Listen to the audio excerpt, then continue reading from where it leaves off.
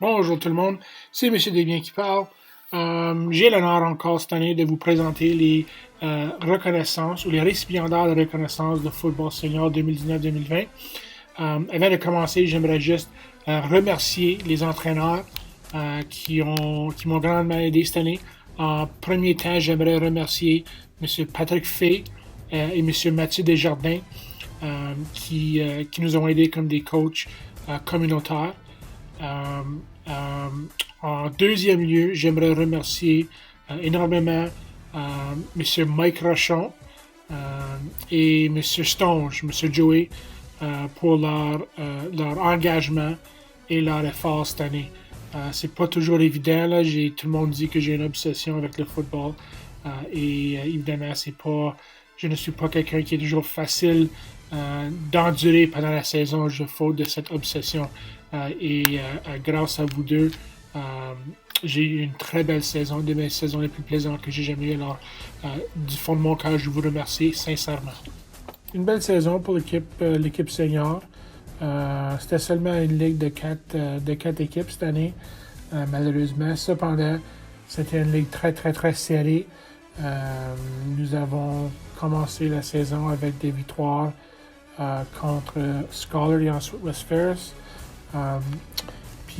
Malgré ces succès tôt dans la saison, on s'est incliné à Scholar en semi-finale, malheureusement. Mais c'était quand même une saison assez mémorable, surtout du fait que c'était une des premières fois depuis longtemps où il y avait une grande parité dans la ligue d'India, puis les quatre équipes étaient très, très, très serrées. Alors, débutons avec la reconnaissance pour le meilleur recrue de l'année. Cette année, nous avons eu plusieurs recrues en 11e année et aussi 3 ou 4 en 12e année.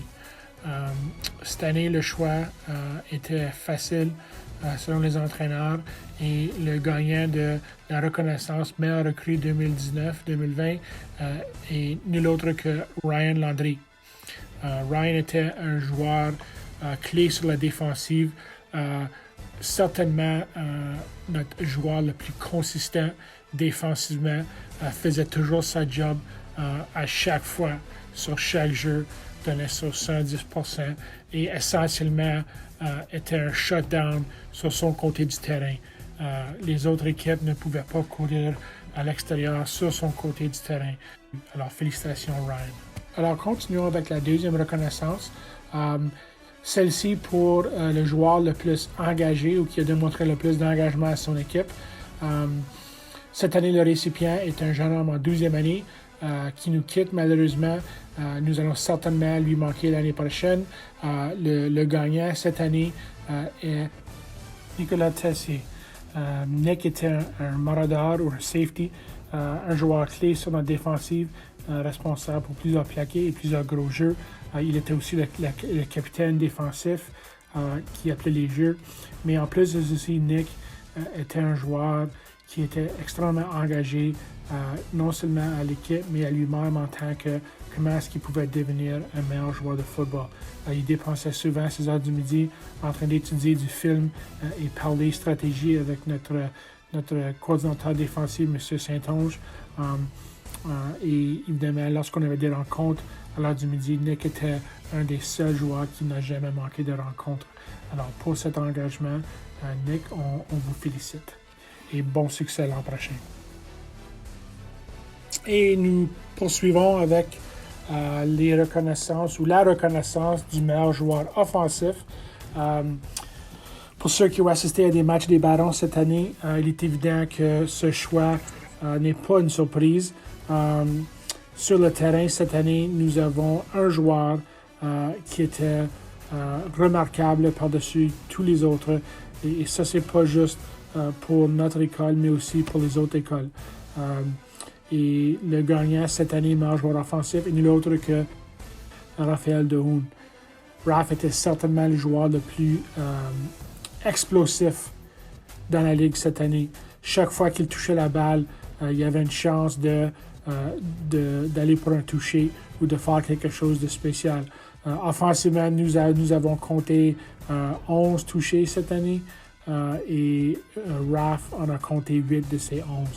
Alors, c'était certainement l'encre de notre système offensif. Tous les joueurs des autres équipes savaient qu'ils devaient arrêter Raph pour avoir du succès.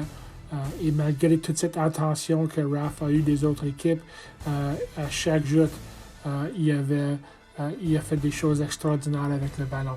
Alors, pour sa performance cette année, Raph a mérité cette reconnaissance.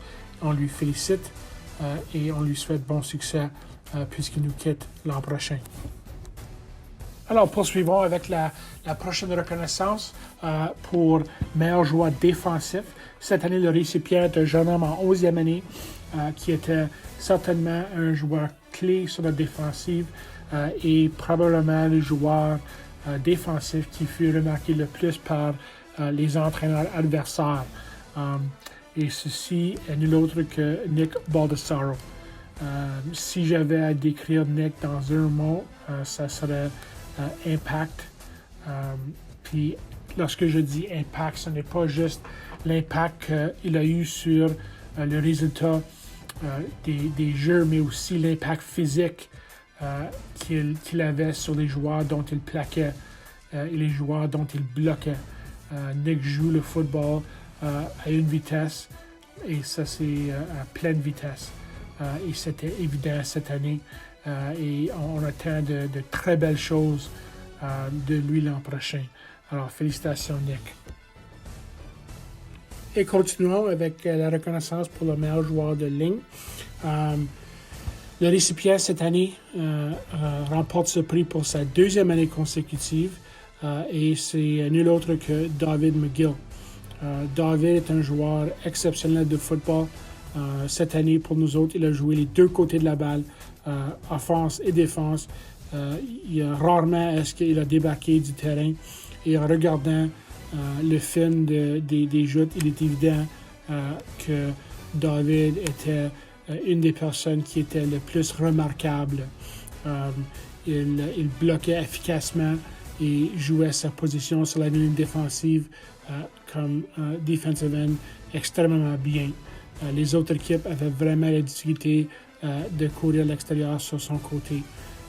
Alors, on félicite David pour cette reconnaissance et on lui souhaite aussi bonne chance l'an prochain car il nous quitte. Dernièrement, nous allons présenter la reconnaissance pour le joueur le plus utile à son équipe ou le MVP. C'est un jeune homme qui joue au football à Algonquin depuis 2015. C'est un jeune homme qui était non seulement une force physique sur le terrain, mais aussi un leader vocal cette année. C'était essentiellement le cœur et l'âme de l'équipe et le gagnant cette année est Cody Stevens. Cody était notre seul constant cette année. Nous avions plusieurs joueurs qui étaient soit blessés ou qui ont manqué certaines joutes à cause de diverses raisons motivées. Mais Cody était vraiment le seul constant pendant toute la saison. C'était un leader vocal. C'était une force extrême sur le terrain, une force physique, mais aussi une force d'intimidation qui était craignée par plusieurs adversaires, juste par la nature robuste et agressive de son jeu. Cody n'a pas débarqué du tout cette année du terrain. C'est quelqu'un qui a joué offense-défense des équipes spéciaux. Jamais est-ce qu'il a demandé de débarquer du terrain. Il a joué essentiellement toutes les minutes de chaque joute. Puis qu'est-ce qui est encore plus remarquable, c'est que Cody a fait ça blessé. Il était blessé depuis la première game de la saison, mais il a continué à persévérer et de pousser lui-même jusqu'au bout de ses limites. Et il a réussi. Et c'était quelque chose de très remarquable. On lui félicite et on lui souhaite bon succès et bonne chance.